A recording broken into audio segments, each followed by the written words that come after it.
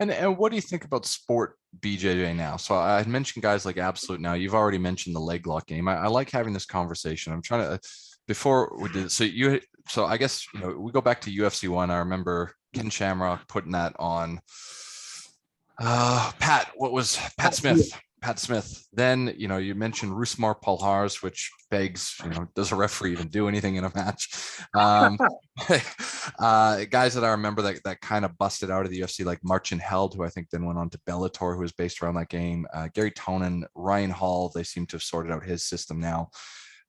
Before we talk about guys who base their game on there, let me ask this question, because you had also talked about, when you talked about Couture and Habib, one of the things that I talk to my guys about in the gym is fundamentally the difference in grappling between MMA and BJJ is you don't have to pass. You just have to be able to restrict their hip movement a lot of the time to set up your striking. And now that BJJ has evolved, and I don't really know at which point it started like that. I don't know if it started with De La Riva, which then evolved into Berimbolo, which then sorry, what's the term I'm looking for? Reverse or inverted guard, rather, which then started creating all of these variations on leg locks. But I've noticed, like, a lot of gyms, it's like this is where they go immediately. No longer is the game about learning how to control and pass the hips. These guys are effectively saying, I don't need to learn takedowns. I don't need to learn how to pass. I'm just going to grab onto a leg. And the question that I'm getting at now is, do you think this sort of curriculum, when they move towards that, are we into too much of a niche specialized sport for what it does now that doesn't fundamentally address what it's supposed to do as a martial art, and furthermore as a combat sport anymore? Well, look, again, it would come down to, again, individual gyms, what your goal is. To be honest, today, in today's society, you probably don't need the same level of self-defense, hand-to-hand combat that you would in previous years. Pretty soft is what you're saying. Yeah, well, it's not, you don't see those sort of exchanges happening anywhere as much. Like back in the day, pub fights were fairly common. They would happen. You need to know how to defend yourself. Nowadays, not so much. I think society's changed. I mean, firearms change things, higher police presence change things. So you're not seeing that same requirement for self-defense. So now people are more doing it for enjoyment, for sport. So I have no issue with that. I think it's a part of it. It's an important part of it. And I think they're good. I think they introduce more people. I think it makes it a little bit more exciting. And again, a lot of these sport-only developments also do transition into MMA, like when you see things like the Imanari roll and Ryan Hall rolling into his 50-50. So it can be used. A lot of it may not be entirely applicable to self-defense and the like, but most of those places still teach very good fundamentals before they start inverting and things like that. What is actually very interesting is several years before we started seeing inversions and berimbolos, is Higan Machado did a seminar in Melbourne. So every year we have what's called the Gathering, John Wills, our Machado National Championships. It's a get together. We come down, we compete as Team Machado, we get to socialize, and then the next day John Well runs a couple of seminars for instructors, and then for colored belts, and then for white belts with Higan Machado.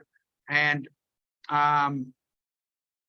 years and years ago, like several years before berimbolos came about, Higan comes in and goes, oh, this is going to be the next big thing. We're going to do a seminar on this inverted guard.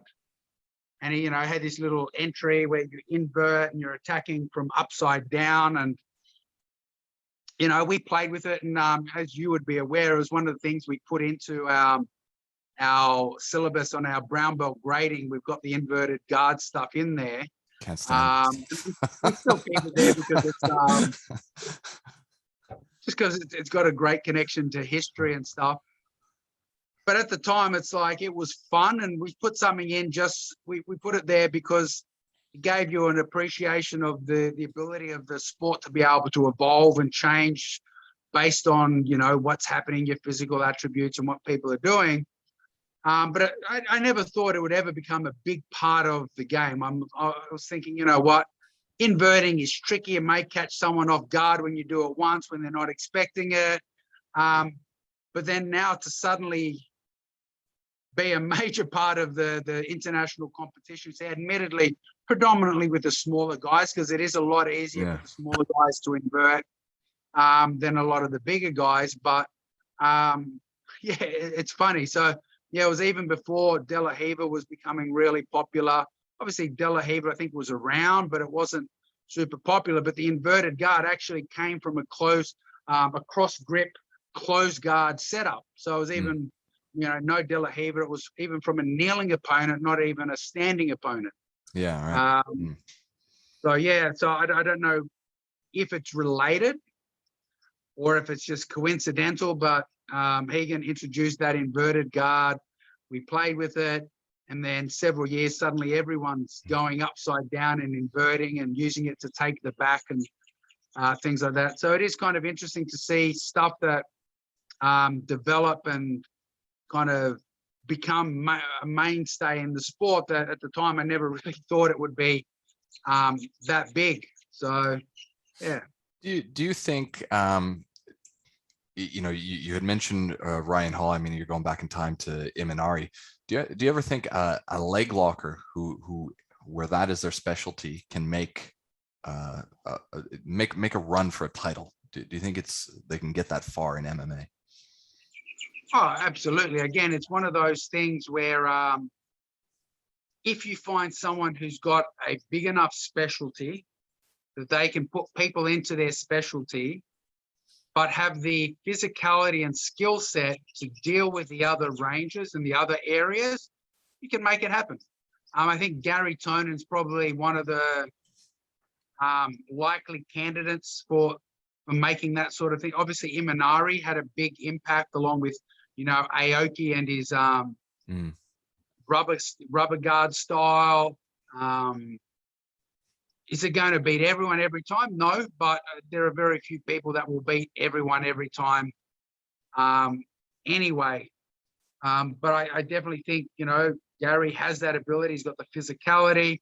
He's got the wrestling and striking. And obviously, his leg locks are world class. He's, for his weight, he's, one of, if not the best in the world when it comes to submission grappling. So I think he can be one of those guys that can kind of make a title run for it. Obviously, his run will be in one. It would be nice to see him come across to the UFC. I don't know whether he ever will or be able to. And obviously, when you look at someone like Palahara, you can see how devastating those leg locks can be. I think the problem with Palahara is he was not just a specialist, but too focused on the one area. He became too enamored with finishing big people. And then once he got into a couple of situations where he couldn't finish them, give up effectively almost. Basically, yeah. Whereas, if he had that ability to deal with those other ranges and then keep taking the person back to the leg lock, I think he would have caught more people. If he had Sorry. So I was going to say, it wasn't too long. I went back and watched Paul Harris versus Alan Belcher, if you remember that name. And Belcher went and played the game with him at the time. I was astounded because I was like, he's going to get caught. Now he's passing. Now he's going through. He's attacking. It was an incredible match to watch for a guy that you associate with kickboxing. Well, I was actually going to bring that one up. That was you kind of jumped the gun on me, but that's all right. But Alan Belcher trained with Dean Lister, and Dean Lister was one of the first guys to really delve deep into leg locks. I mean, most people are familiar with him. He was one of the guys that said, why would you ignore 50% of the body? And John Danaher, that stuck with him, and obviously you've seen what he's done with the Danaher Death Squad and those guys, and now the B team and all the Mexican ground karate and all that sort of stuff. So, but the thing is the reason these guys are so successful, and I think this is why Belcher was so successful, because he looked at what Palahara was going to do and then built a strategy around it, but not at the expense of the rest of his game. So he was able to, and the problem was with Palahara, he was so focused on that one area when he couldn't get it. He wasn't trying other strategies, didn't change his what he was doing. And whereas you can see, like even GSP, his goal was to take people down, but he would also get into striking exchanges when people got back to their feet.